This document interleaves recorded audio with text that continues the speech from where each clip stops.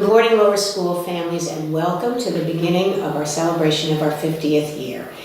This year we're trying something a little different with regards to my monthly updates. I will be coming to you through video chat as opposed through the written word. September has been a fabulous month for here. It's been very busy. It actually started in the middle of August when all of our faculty and staff came back for the 2.5 weeks of Summer Institute that we do every year before school.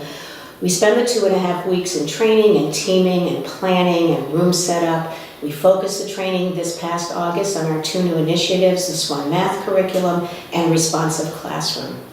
We also want to thank you for supporting all of the events that we have had this month, from our parent social to the CAPSO breakfast, to our new parent breakfast, to the parent coffee, to the additional parent education session on teaching language in small groups, and also for attending our parent conferences at the end of last week.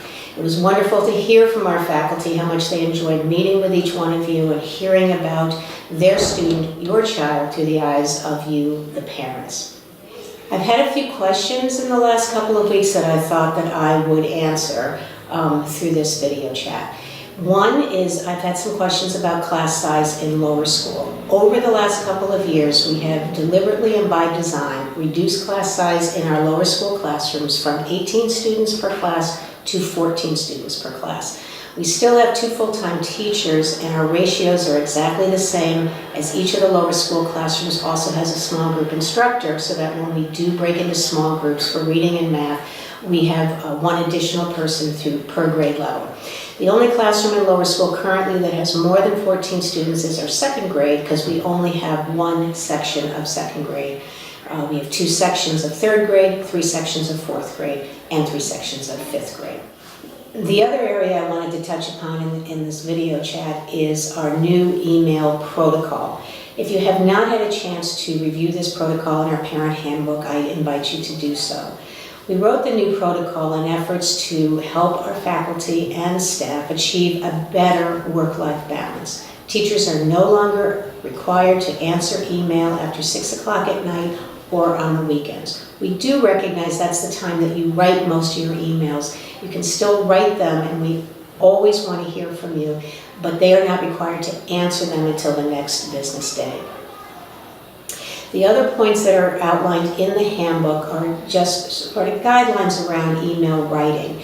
Bullets are wonderful, a couple paragraphs are great. If what you want to communicate is longer than that or can't be done within that format, that signals to both of us that we need a conversation, and an email trail should essentially just say, can we set up a time to talk? One of the pieces of my day that I enjoy the most is when I have the opportunity to interact with either a student or family about their experience at Charles Armstrong, and I would like to share 2 of those with you. One is, this is a drawing and a journal entry from one of our brand new 2nd graders, and what this says is I am proud to be dyslexic. This was done 2nd week of school in 2nd grade. When I spoke with a student about his journal entry, what he said to me without prompting was, in my old school, it was really hard for me. My teachers did not believe that I was working hard or doing my best. I knew I was working hard, and I knew I was doing my best, and it was really frustrating.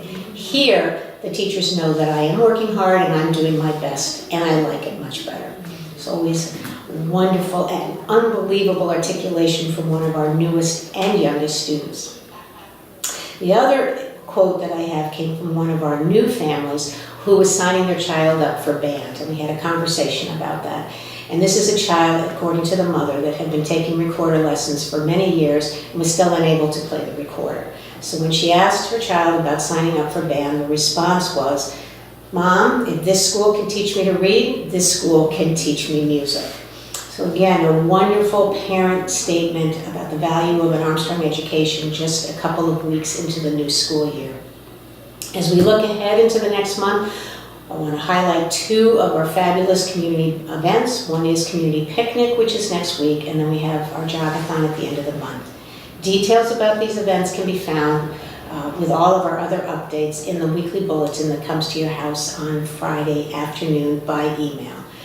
Have a fabulous day and week and month, and I will see you soon. Thank you.